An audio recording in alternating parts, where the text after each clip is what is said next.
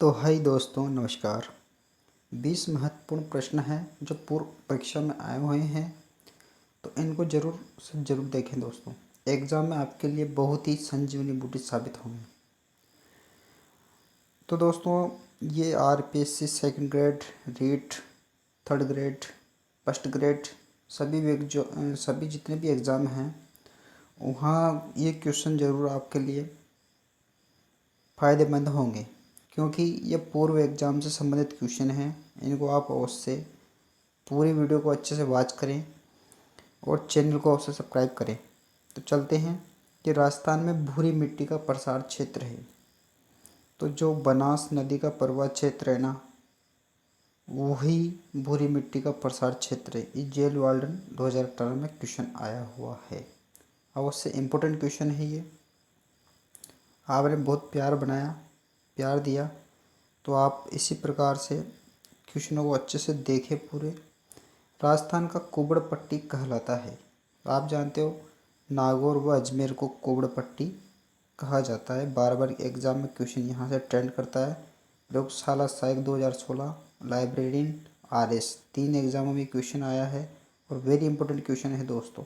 तो इसको अच्छे से ध्यान रखें। ठीक है, आगे बढ़ते हैं कि राजस्थान में दक्षिण दिशा में प्रवेश करने वाली नदी युग्म है। जो दक्षिण दिशा में प्रवेश करने वाली बिल्कुल सिंपल नदी है, Mahi Chambal. Third grade teacher exam jail warden में ये क्वेश्चन आया है, इम्पोर्टेंट क्वेश्चन है। मिट्टी में खारापन एवं क्षारीयता की समस्या का समाधान क्या है? खेती में जिप्सम का प्रयोग ही मिट्टी में खारापन एवं क्षारीयता की समस्या का समाधान है। यानी कि RS 1995 राजस्थान पुलिस में क्वेश्चन आया, मिट्टी में खारापन एवं क्षारीयता की समस्या का समाधान, खेती में जिप्सम का प्रयोग। ओके, आगे बढ़ते हैं कि राजस्थान का प्रथम विजय स्तंभ कहाँ स्थित है? बयाना दुर्ग में। कहाँ पर है? प्रथम बयाना दुर्ग। बयाना कहाँ है? भरतपुर में। तो जरूर ध्यान रखना चाहिए आपको। ठीक है, वेरी इंपॉर्टेंट क्वेश्चन। राजस्थान का प्रथम विजय स्तंभ कहाँ स्थित है? बयाना दुर्ग में। लाइब्रेरियन भर्ती 2020 में क्वेश्चन आया। देलवाड़ा स्थित आदिनाथ मंदिर का निर्माण किसने करवाया था? तो विमल शाह ने दोस्तों। किसने करवाया? विमल शाह ने। ठीक है, आगे बढ़ते हैं कि देलवाड़ा स्थित आदिनाथ मंदिर का पटवार भर्ती 2011 में क्वेश्चन आया था ये। हवा महल के डिजाइन किसके द्वारा तैयार की गई? तो जो रत्न सिंह है उसके द्वारा तैयार की गई। अगर नए हो तो चैनल को अवश्य सब्सक्राइब करें। पूर्व एग्जाम यानी कि जितने भी पुराने एग्जाम में क्वेश्चन आए उसकी मैंने सीरीज चला रखी। तो राजस्थान अध्ययन सभी एग्जामों में यहाँ से क्वेश्चन ट्रेंड करेंगे। राजस्थान के किस जिले में इस्लामी संत मलिक शाह का मकबरा है? तो जालोर जिले में। कौन से जिले में मलिक शाह का मकबरा? जालोर जिले में। तो राजस्थान पुलिस में क्वेश्चन आया हुआ था। ठीक है दोस्तों, आगे बढ़ते हैं कि यूनेस्को ने राजस्थान के 6 किलों या दुर्गों को विश्व धरोहर सूची में शामिल किया है। तो ये किले कौन से हैं? तो चित्तौड़ है, चित्तौड़ का किला, कुंभलगढ़, रणथंभौर, आमेर, जैसलमेर और गागरोन। ये जो है ये किले, ध्यान होना चाहिए आपको कि ये विश्व धरोहर की सूची में शामिल है। किस में है? विश्व धरोहर की सूची में। ठीक है, आगे बढ़ते हैं। वेरी इंपॉर्टेंट क्वेश्चन है, सेकंड ग्रेड टीचर 2014 में क्वेश्चन आया था ये। अब की बार भी ट्रेंड कर सकता है। यह महल मानव द्वारा नहीं प्रेतों द्वारा बनाए गए लगते हैं। उक्त कथन रूडयार्ड कीपलिंग ने किस दुर्ग के बारे में कहे? तो बूंदी दुर्ग के बारे में ये कहे थे दोस्तों। किसके बारे में? बूंदी दुर्ग के बारे में। आगे बढ़ते हैं।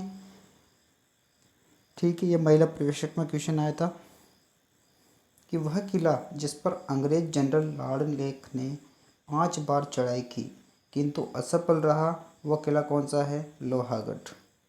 क्या करा था कि अंग्रेज जो है जनरल लॉर्ड लेक, उसने क्या करा? 5 बार चढ़ाई की थी फिर भी असफल रहा, तो वो लोहागढ़ का किला भरतपुर में। ओके, आरटेट 2011 में क्वेश्चन आया था। इसी प्रकार के क्वेश्चन आएंगे।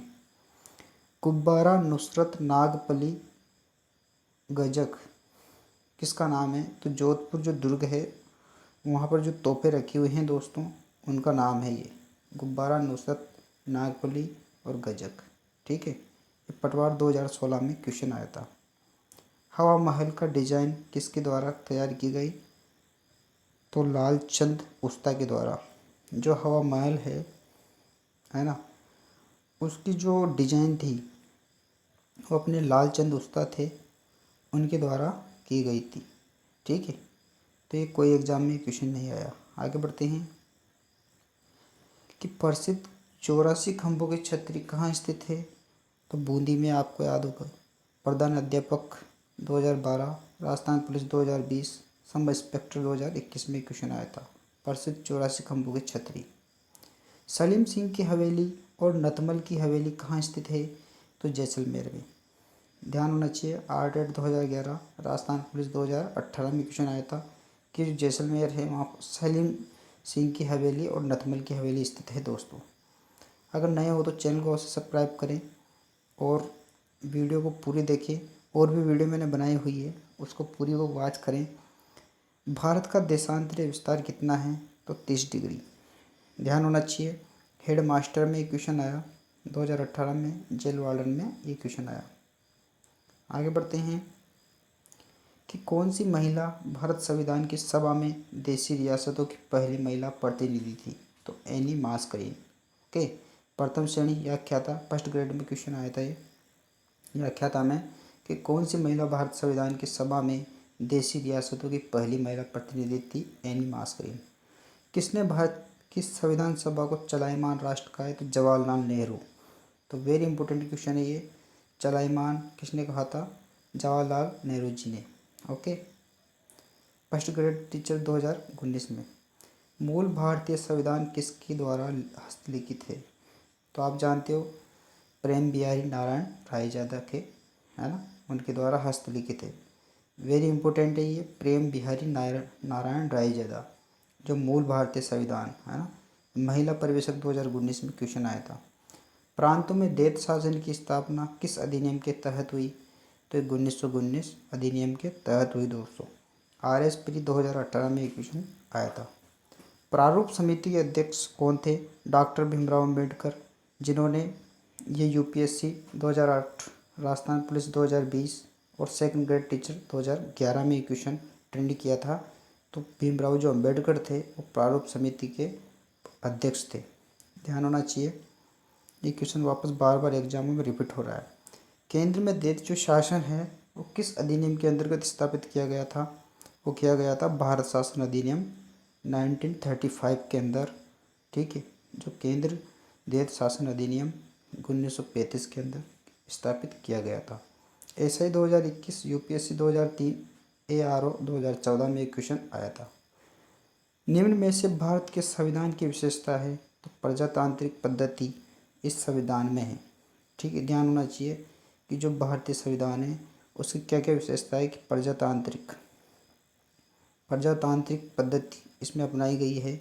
मूल अधिकार एवं मूल कर्तव्य हैं सबसे मुख्य, और स्वतंत्र न्यायपालिका है भारतीय जनता के लिए।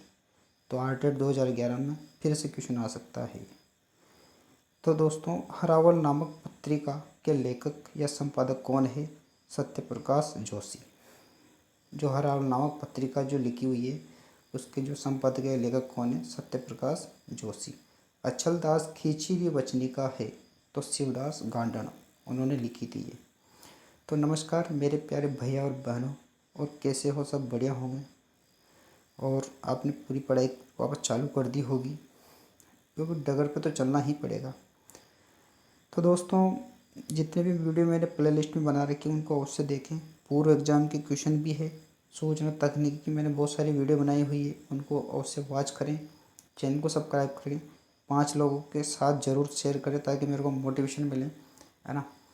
तो खुश रहें, पढ़ाई करें अच्छे से। मिलता हूँ नेक्स्ट वीडियो में। जय हिंद, जय भारत।